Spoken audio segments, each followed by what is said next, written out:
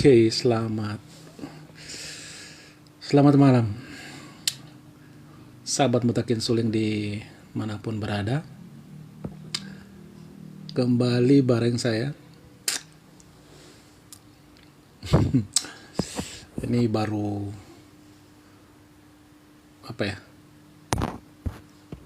pakai minyak Al-Kautsar,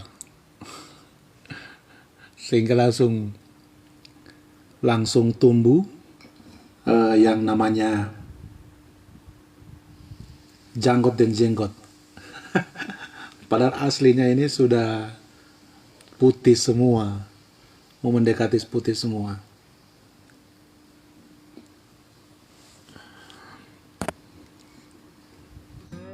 Terima kasih sudah klik video ini.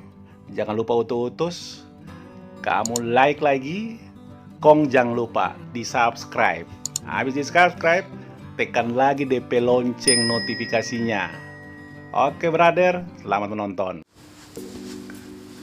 Baik sahabat Mutakin Suling yang sekarang bisa kembali kita ketemu di live streaming Facebook saya. Masih tetap menggunakan di akun Mutakin Suling. Akan tetapi kalau sebentar saya konversi, saya akan tarik ini jadi video, maka dia akan saya tampilkan di channel SMS, channelnya orang Babasal, channelnya orang Babasal, Balantak, Saluan, dan Banggai. Nih sudah ada dua orang ini, Mail dan teman lainnya. Silakan yang mau bergabung. Kita mengisi waktu setelah tadi hari Jumat kita libur. Jangan lupa kawan-kawan, sambil menunggu teman-teman yang lain hadir, kita bumper dulu. Boom.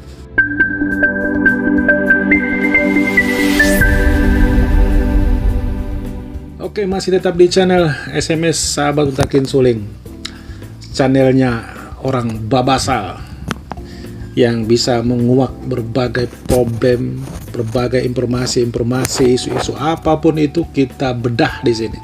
Kita bedah tuntas, dan apapun yang terjadi itu adalah bagian daripada dinamika yang terjadi di bumi Babasal, di buminya orang Saluan, Balantak, dan Banggai. Daerah yang betul-betul heterogen, bukan homogen. Daerah yang membuka diri, daerah yang sudah demokrasi jauh sebelum negeri ini merdeka. Jadi perlu saya sampaikan bahwa negeri Babasal ini adalah salah satu negeri yang sudah sangat demokratis jauh sebelum negeri ini merdeka. Nah, kita membuktikan apa betul memang sudah demokratis seperti yang saya sampaikan atau tidak misalnya ya. Mari kita runut ke belakang dulu.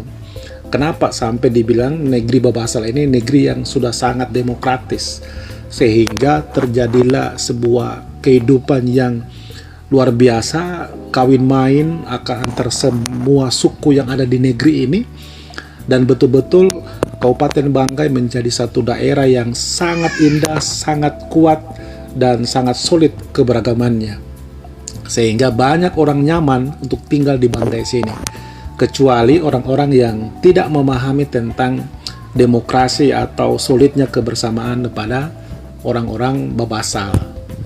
Nah, dari sisi etnis asli saja, bayangkan kita punya 3 etnis asli di sini. Ada orang Balantak yang mendiami di ujung kepala burung sana. Mereka punya entitas tersendiri dan sudah ada sejak zaman dahulu kala. Ada juga orang Banggai yang ada di seberang lautan sana, ada di Banggai Kepulauan yang sudah berotonom sendiri. Ada juga yang ada di Banggai Laut.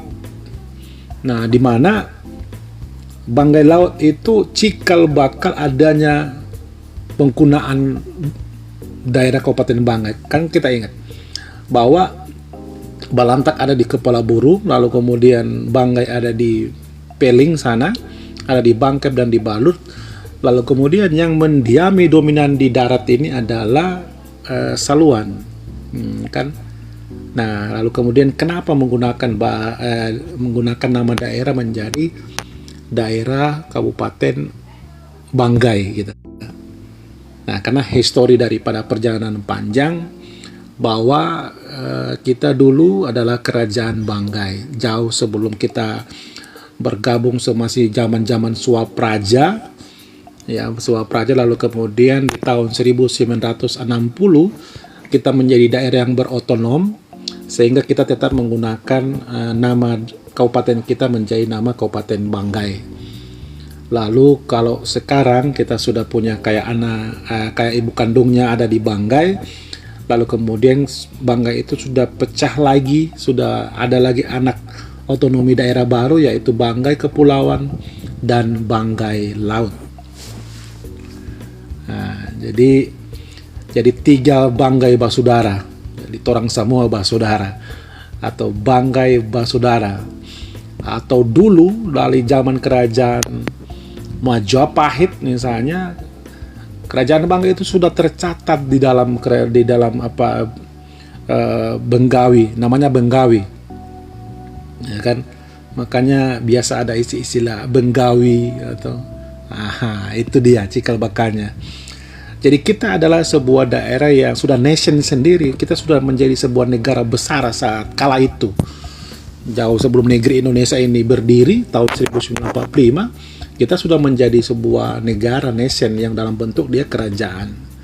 Hanya kita berbeda, kerajaan Banggai itu berbeda dengan kayak kerajaan-kerajaan yang sekarang diberikan otonomi luar biasa kayak Solo, kemudian Jogja, Surakarta dan sebagainya, ya kan?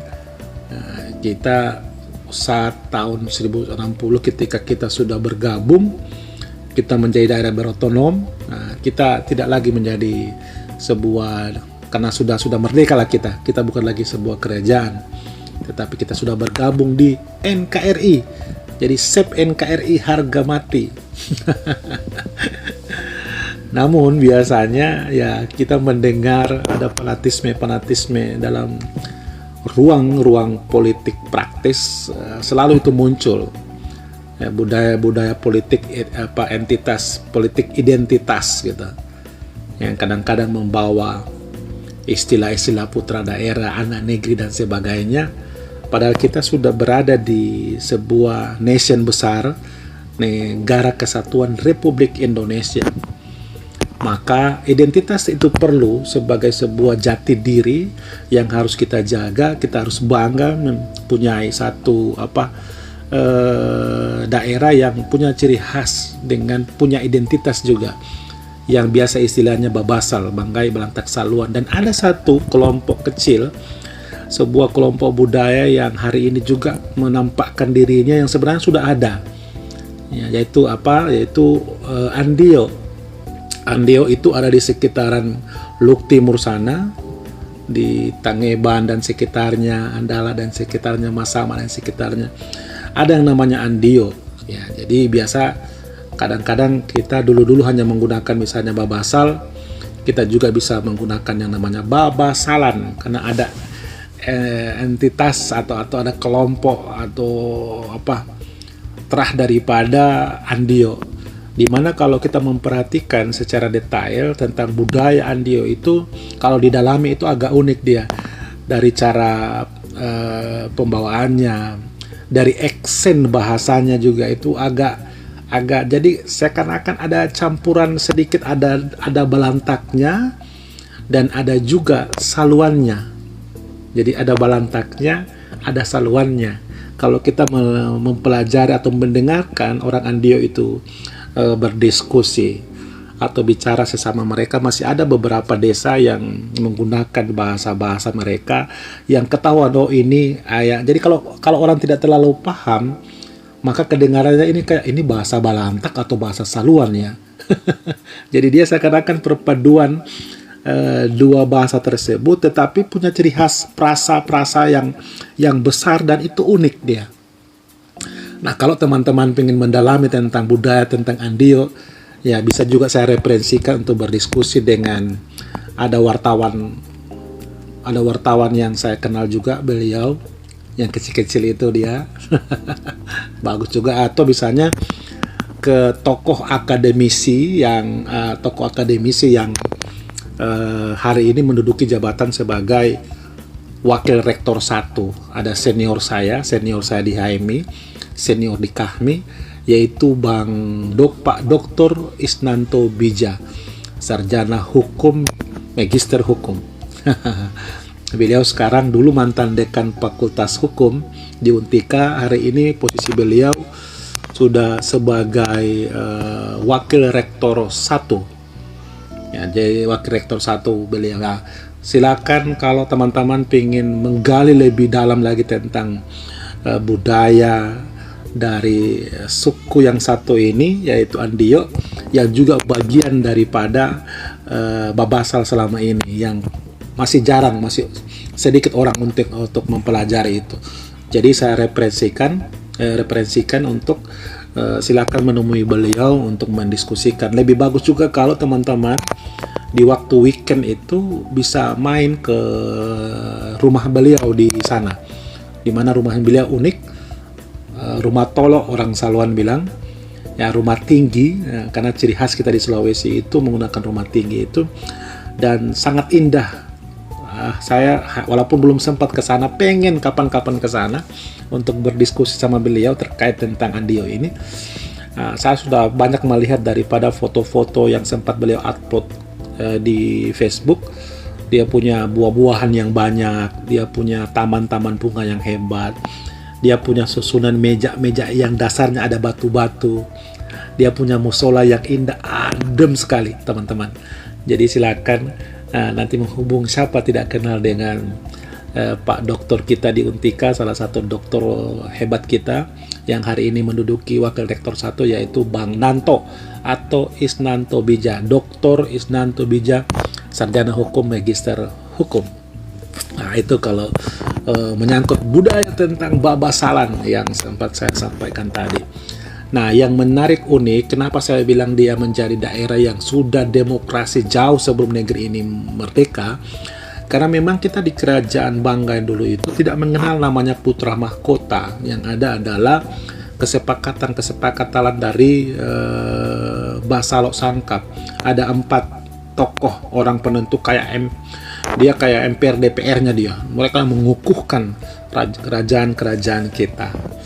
Sehingga kalau secara fakta sejarah yang bisa dipertanggungjawabkan dan ada di dalam buku para tokoh penulis-penulis zaman sebelumnya, itu si Don Meyer itu pernah menulis di buku merahnya terkenal hari ini, yang itu didapat di Museum Belanda, lalu kemudian sudah diterjemahkan dan ada di Indonesia, bahkan sudah ada di Museum Kabupaten Banggai. Kalau teman-teman pengen lebih mendalami lagi, silakan mendatangi museum yang ada di dekat Polres Lama di Pertokoan. Ada Museum Kabupaten Banggai.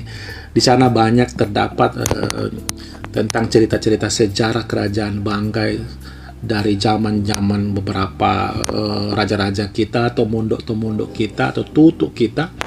Dengan juga ada fasilitas beberapa alat-alat peninggalan sejarah yang masih ada dan utuh di museum tersebut.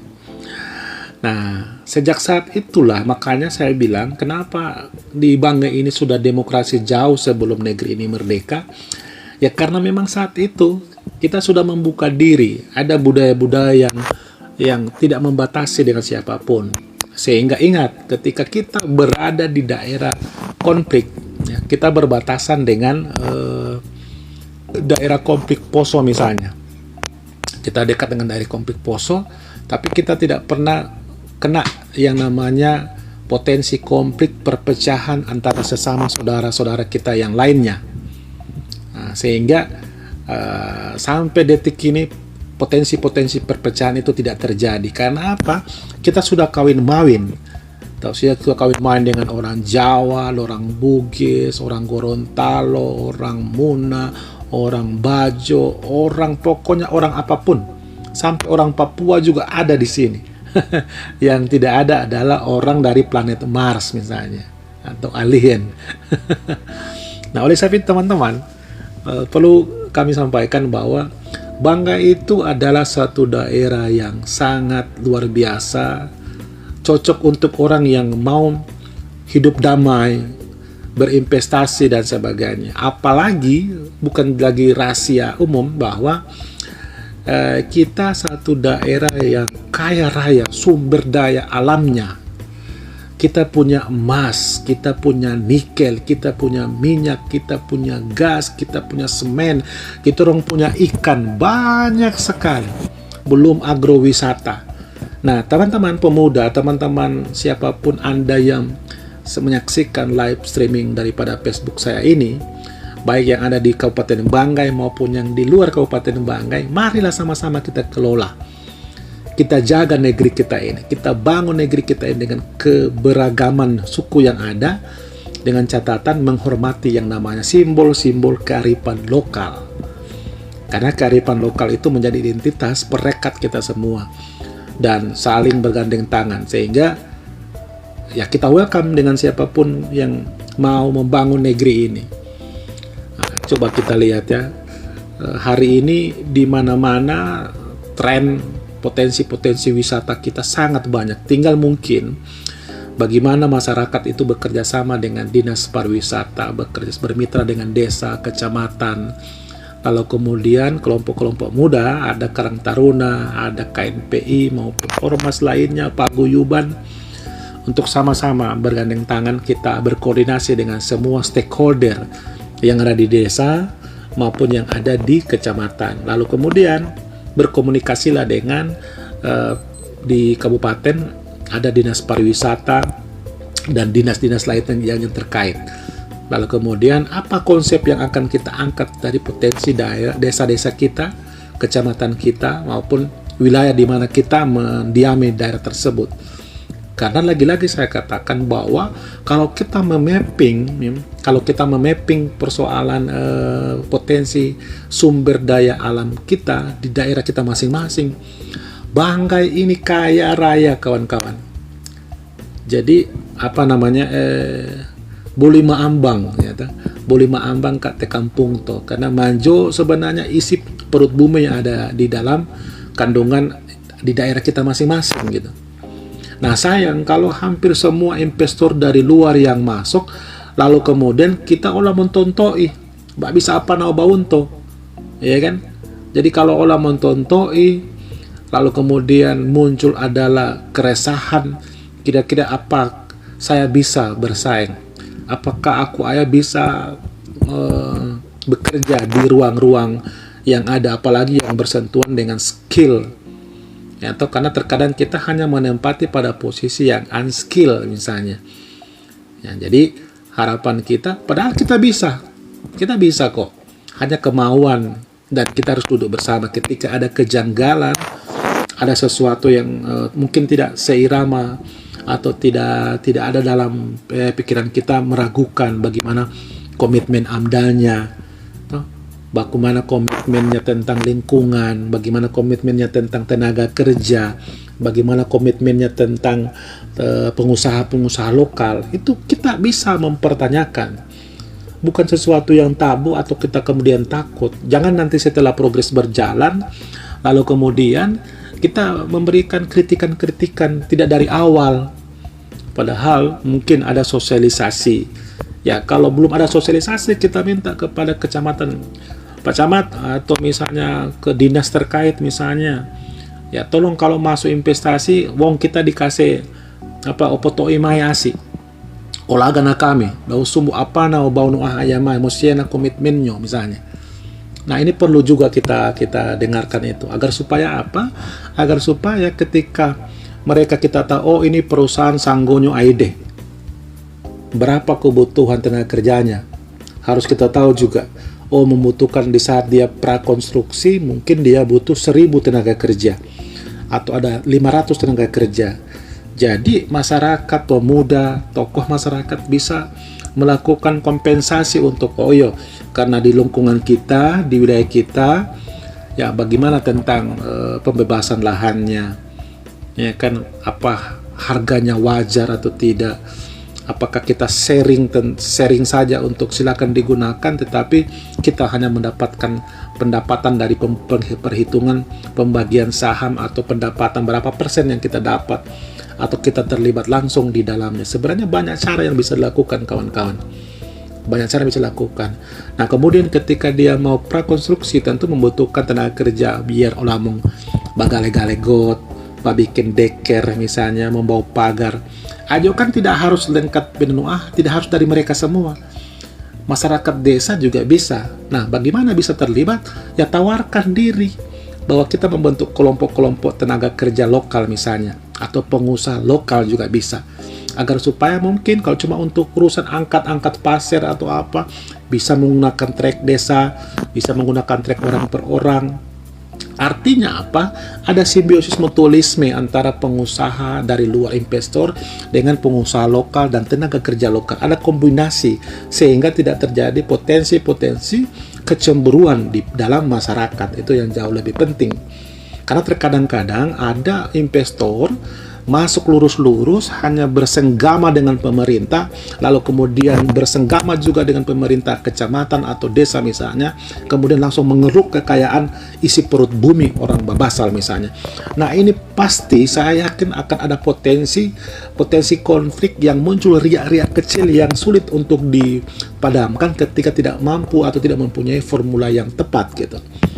Nah, ini kenapa saya katakan seperti itu, karena memang berdasarkan pengalaman saya itu hampir 3 tahun lebih menjadi humas di Donggi Senogoro sana, di DSLNG, Donggi Senogoro Liquid Natural Gas gitu. Nah, pengalaman saya di sana hampir 3 tahun itu saya berada di posisi institutional relation, yaitu satu divisi institusi yang bekerja sama atau bermitra dengan NGO, LSM, dan sebagainya.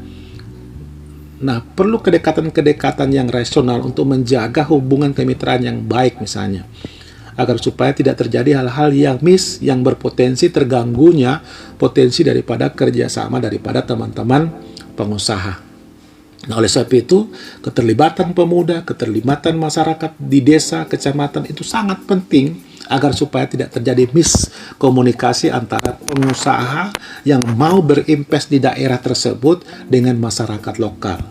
Nah, oleh sebab itu, saya sarankan kepada seluruh pihak, baik pemerintah kabupaten, pemerintah kecamatan, maupun pemerintah desa, usahakan terjadi komunikasi yang baik, lalu kemudian masyarakat jangan sekedar dijadikan sebagai subjek, tapi mereka juga harus jadi objek di dalamnya, agar mereka juga terlibat di dalam proses pengerukan, prakonstruksi sampai konstruksi, sampai ibaratnya ketika ini dikeruk, masyarakat juga harus mendapatkan dampak daripada multi level marketing daripada hal yang ada. Misalnya bisa jualan, masalah nelayan dekat situ misalnya bisa menjual ikan ke situ.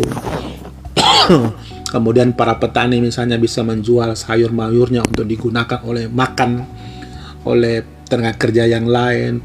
Peternak telur misalnya juga, telur ayamnya juga bisa didistribusi ke situ. Jadi ada terjadi siklus putaran ekonomi yang betul-betul bisa dirasakan langsung oleh masyarakat terdampak yang ada di sekitar wilayah daripada investasi yang dibangun tersebut. Nah, saya kira ini penting sekali kepada kita teman-teman, agar supaya kita juga jangan alergi. Kita welcome dengan investasi, kita welcome dengan investor-investor yang masuk dengan catatan investor yang punya tanggung jawab moral kuat. Jangan hanya investor yang hanya tahu mengeruk kekayaan isi perut bumi lalu kemudian meninggalkan dan tidak punya komitmen terhadap negeri ini. Oke, saya kira demikian teman-teman. Cukup sampai di sini dulu. Kita akan ketemu lagi besok dan kapanpun untuk memberikan informasi-informasi seperti apa yang harus kita lakukan di zaman kekinian tentang apa yang terjadi. Saya kira demikian. Terima kasih. Jangan lupa di-subscribe ya, di-subscribe. Bentar. Ya, ini colek anak buah. Jadi di-subscribe, kemudian ditekan tombol notifikasinya dan dibagikan ke medsos Anda. Salam dari kami, sahabat Mutakin Suling, channelnya orang Babasal. Assalamualaikum warahmatullahi wabarakatuh dan bye-bye.